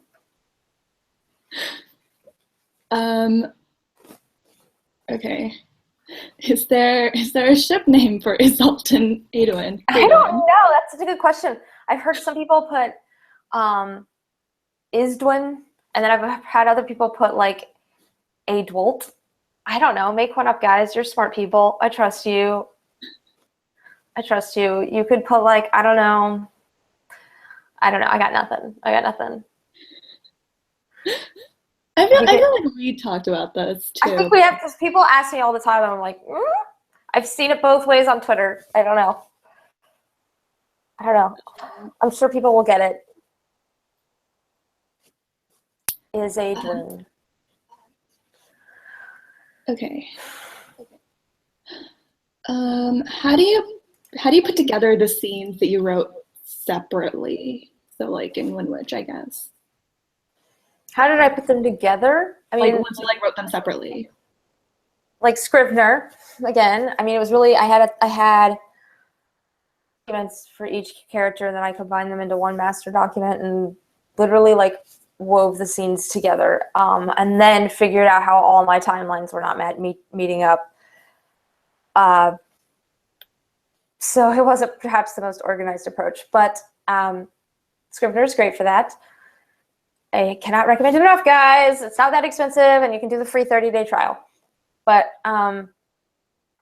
yeah, I mean, if you don't write chronologically, that can be difficult. And I'm one of those who recently realized that I write scenes too early. Like I'll write like this really epic scene, and it'll be like with the fourth scene in the book.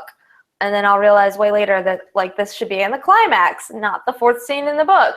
And so I do so much rearranging and revisions to get the beats in the right order that I want. And so, yeah, I mean, it's just a matter of Scrivener makes it so easy. I feel like they should pay me for all the advertising that I'm doing.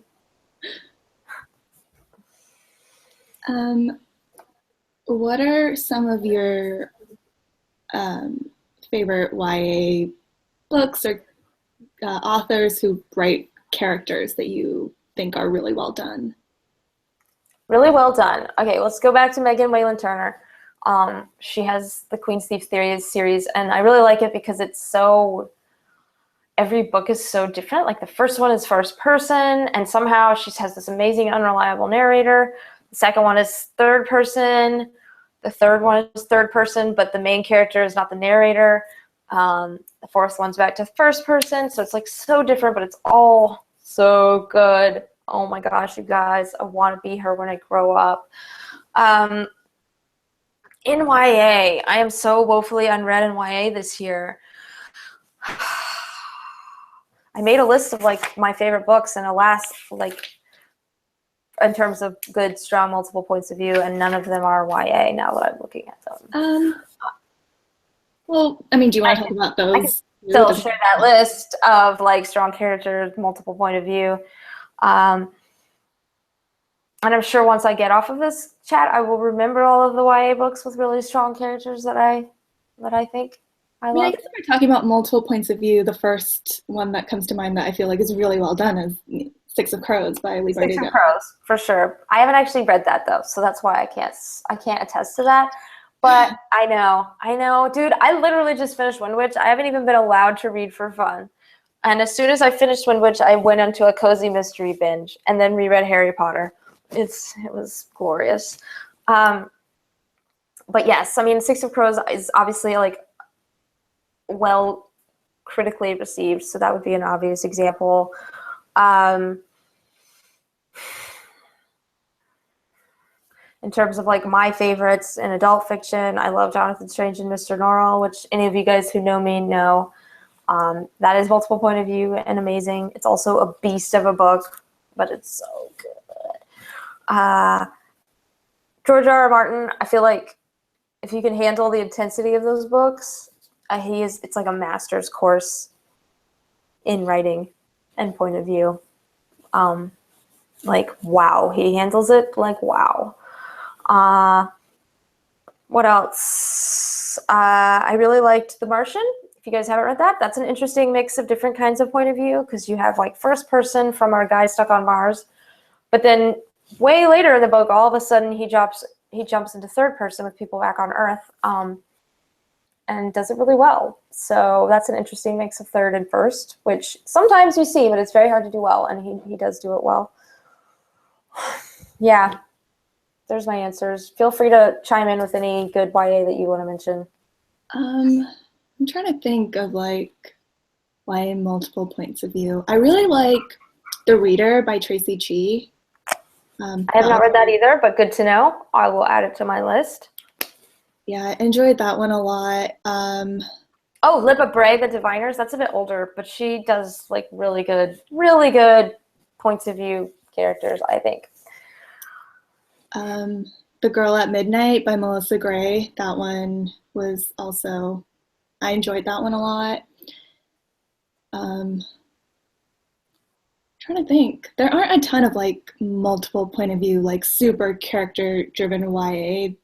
Or I guess I'm only thinking in terms of like fantasy. I'm not necessarily that's what's the most common. Yeah, like in contemporary, I really don't know because I don't really read contemporary. Right. I'm sorry, guys.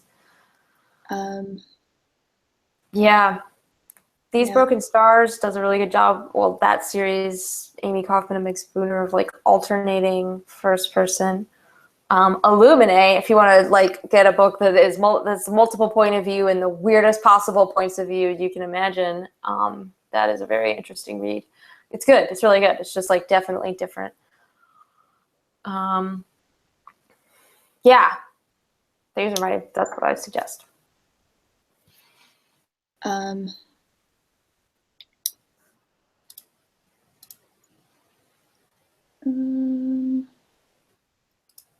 Suggestions in this.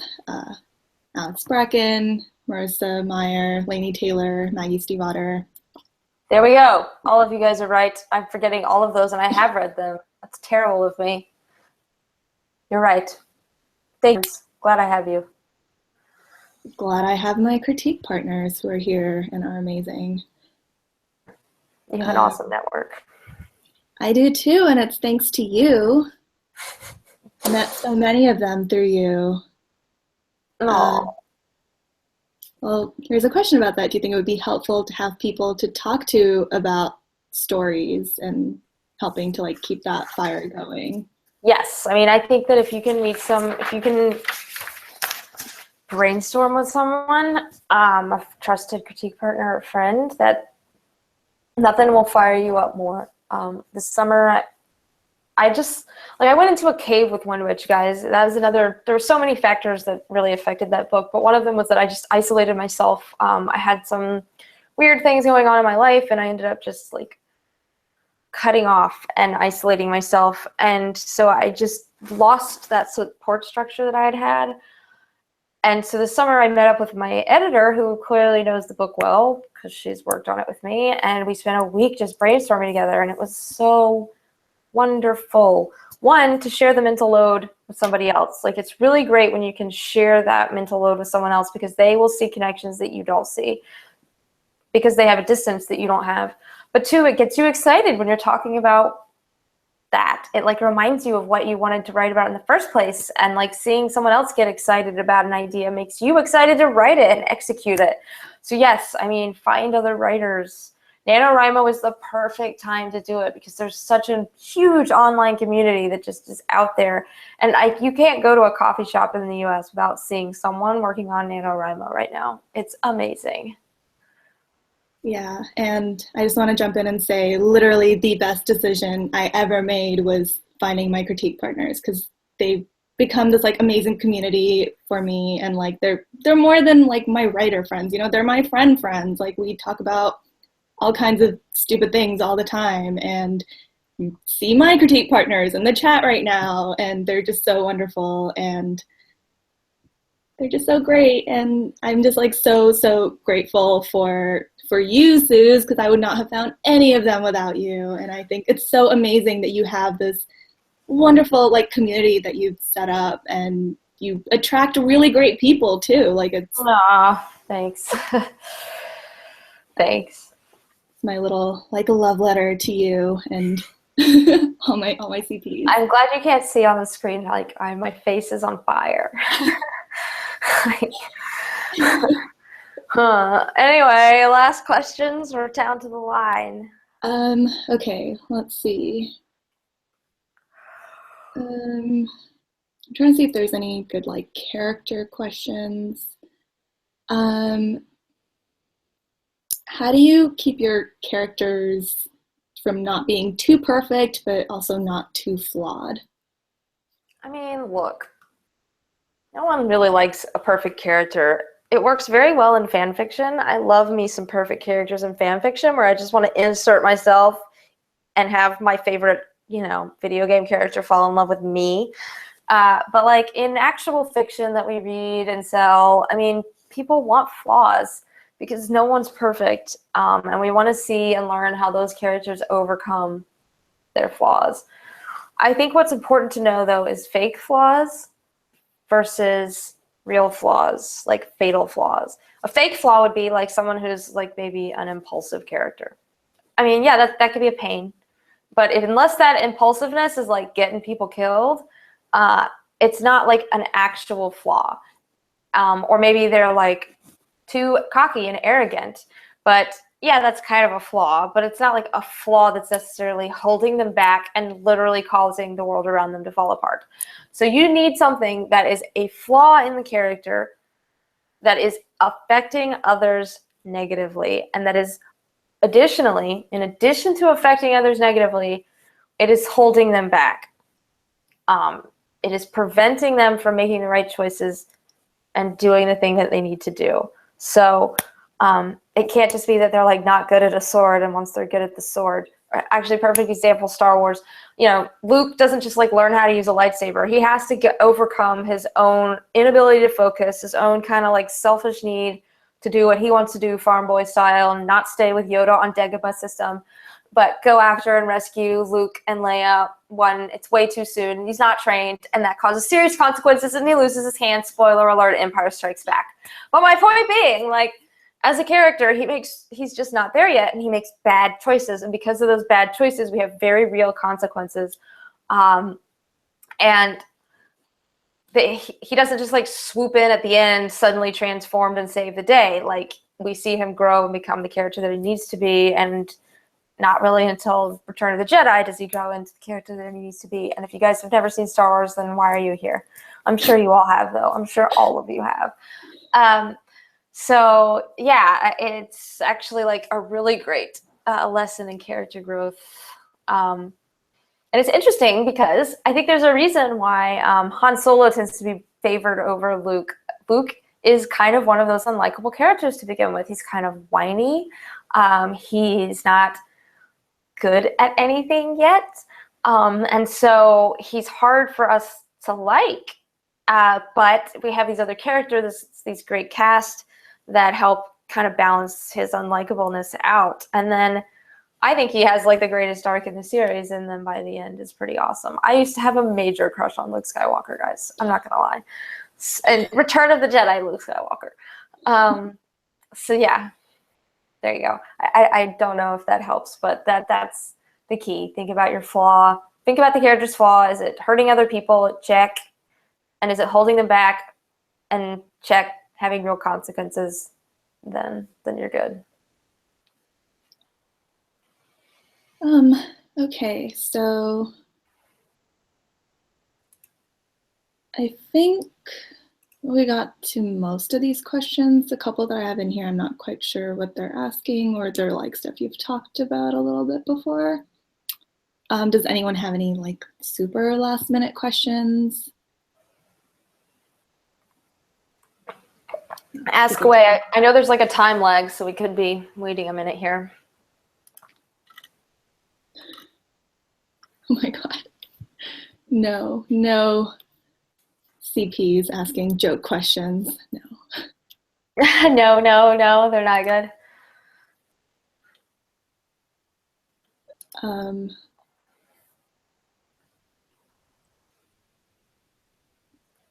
Yeah, I guess that's it.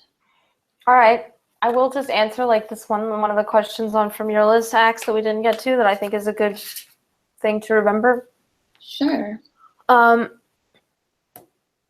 just want to say, like, if you're debating whether or not to add a point of view, like a new point of view, like let's say you have one point of view and you're thinking about adding another one, I think you should ask yourself 3 questions about the character before you add them.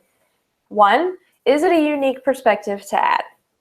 Okay, so if that character is not adding anything like a different viewpoint, like a literal different point of view to this scene and world and story, then you don't need them there, right? We don't need to read the same character twice. 2, does that character stand to lose something? It's not interesting to read about a character if they have nothing at stake. So that character is only worth having a point of view if they have something to lose in this overall story goal. And then finally, I would say if they're going to be a big character, you know, a main character, multiple points of view main characters, then they need to have an arc in every book. They need to grow. So those are the 3 sort of things to ask yourself if you're wondering. And yes, I suppose with that. Yeah, thank you so much for. Oh my gosh, thank you, and thank you to everyone who like sat here and watched me talk. I hope this was helpful to everyone. Yeah, me too. I hope the questions that I asked were helpful, and I hope we got through a lot of the. Yeah, we covered a lot of ground tonight, and your questions I thought were excellent. And everyone who asked something, thank you for your awesome questions, and yeah, good ones. I hope we helped, and if you're NaNoWriMoing it up, good luck. It's an awesome thing to do. Good for you. Are you doing that, Akshaya? I'm revising my multiple point of view mess right now, so. I am at the end, so I am taking a nice little break from writing and doing all the like so promo deserve stuff. it. You so deserve it. I'm just doing all the promo that goes along with being an author, which I like doing that stuff. It's like satisfying in a way that a book isn't, because it's lots of little short things you check off, like did I send out this newsletter? Check. Versus like a book, which is years, you know, to see your reward. So yeah, to end on a positive note. Yeah. You have pre-order stuff, right? You have like really cool stocks, and I should probably pimp out my own book, shouldn't I? Yes, Windwitch. Amazing. Windwitch is so great. In stores January 10th. In the UK, I think it's January 11th. So pre-order and sign up for your swag. You get socks and cool stuff. I don't even have that cool stuff. Like, I literally don't have the cool stuff that you win if you pre-order. So be sure you do it. And thanks for watching, guys. I guess, yes, we shall bid you good night. Thank you. Good night. Bye, everyone.